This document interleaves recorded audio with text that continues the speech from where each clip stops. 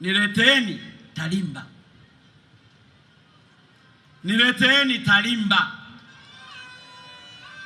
Kuna mtu mmoja hapa ndani mwenzetu mbunge, tena ana nafasi ya kuzungumza humu ndani, ana nafasi ya kuzungumza kwenye neki, ana nafasi ya kukutana na wakubwa, anaanza kutuchokonoa.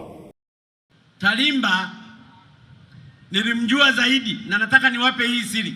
Hivi basi tukae tu na mtu kama huyu ambaye anatusumbua, anatoa mifano ya kutisha. Alifiwa na mtoto wake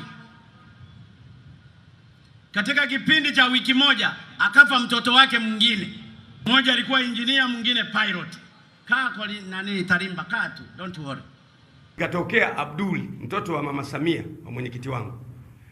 Wamekuja watu wamemchukua, wameondoka naye. Kesho kaokotwa hana macho. Nikaenda kumpa pole baba huyu kufiwa na watoto wake wakubwa aliokuwa na wategemea. Unachukuliwa kwenye basi na watu wanaona, kesho unaokotwa huna macho. Sasa how do you feel? Utajisikiaje? Bado nilipoenda kumpa pole nyumbani kwake, alikuwa anazungumza maendeleo ya wana Kinondoni. Nilimshangaa sana. Alafu unatoa mifano mibaya kwa rais wetu, mtu ambaye tunampenda, mtu ambaye amejitoa kwa ajili ya Tanzania hii. Unakwenda kugusa familia zake. Unagusaje familia yake, mtoto wake? Unajua jinsi ya kupata mtoto wewe? Unajua jinsi ya kulea? Unamtaja mtoto wake kipenzi kwamba akitobolewa macho. Mungu akulani kabisa huko uliko. Haiwezekani. Kwa nini sasa tunaona hao wanaopotea kana kwamba ni mbuzi, ni kondoo?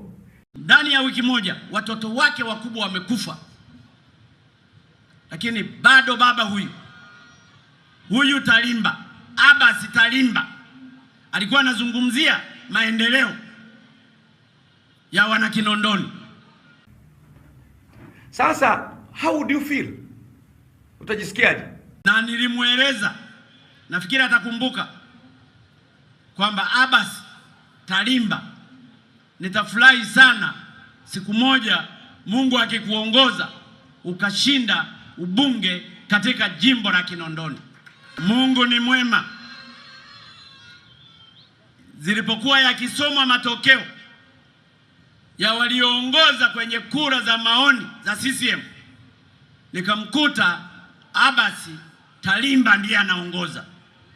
Kama wana Kinondoni mnanisikia kule mlipo, kama wana Kinondoni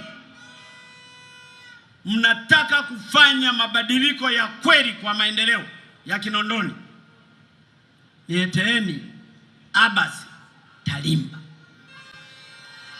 Ana upendo wa pekee na Kinondoni.